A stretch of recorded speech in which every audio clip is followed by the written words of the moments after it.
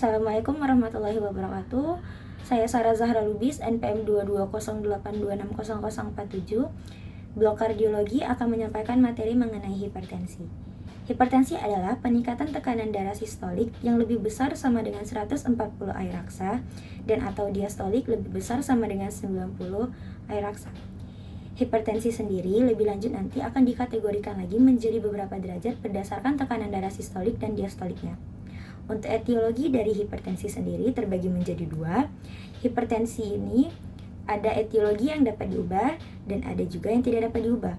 Untuk etiologi yang dapat diubah seperti konsumsi asupan tinggi garam ataupun lemak, stres psikologi, gaya hidup yang kurang sehat seperti merokok, konsumsi alkohol ataupun kopi, dan kurangnya olahraga, serta obesitas.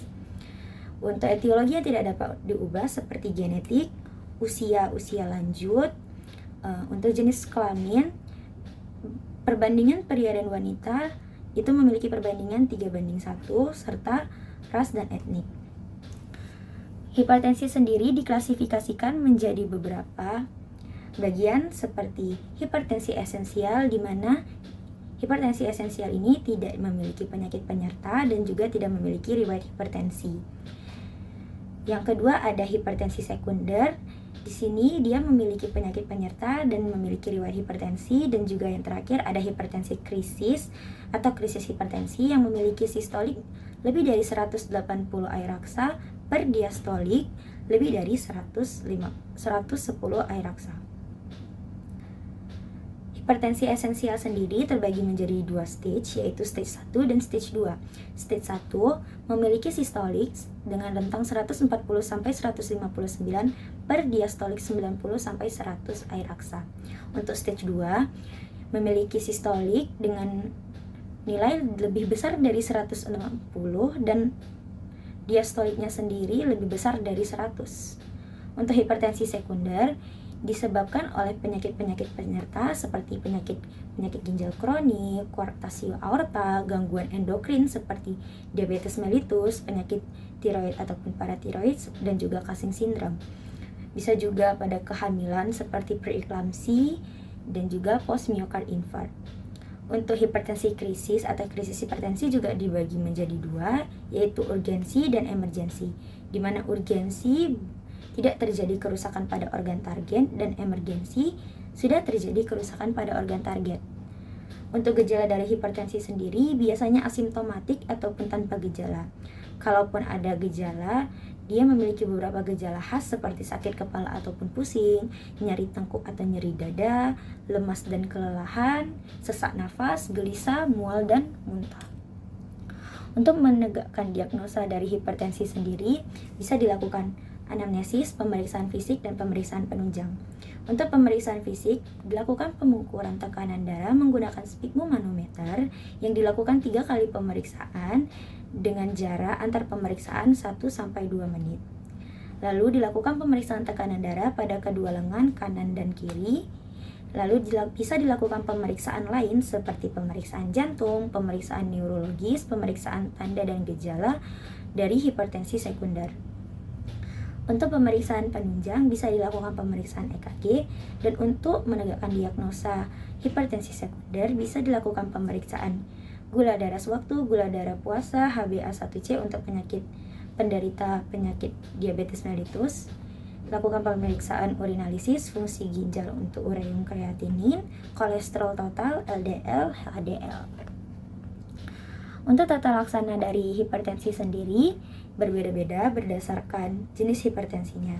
Dimulai dari hipertensi primer, untuk stage 1 dibagi lagi berdasarkan usia dari pasien. Untuk pasien dengan usia di bawah 60 tahun, first line kita berikan ACE inhibitor berupa seperti captopril dengan dosis 2 kali 12,5 sampai 50 mg. Untuk second line bisa diberikan ARB seperti valsartan 1 kali 80 sampai 320 mg. Di mana ACE inhibitor dan juga ARB tidak boleh diberikan secara bersamaan.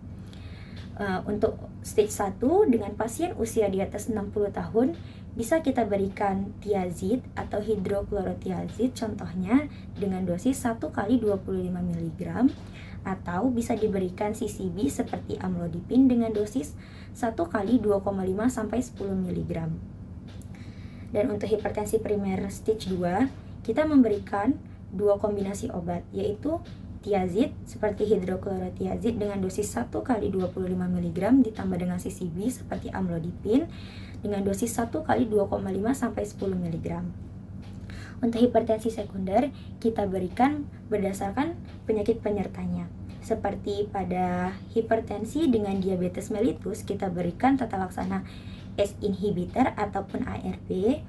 Untuk hipertensi dengan edem paru, bisa kita berikan furosemid 3 kali 40 mg.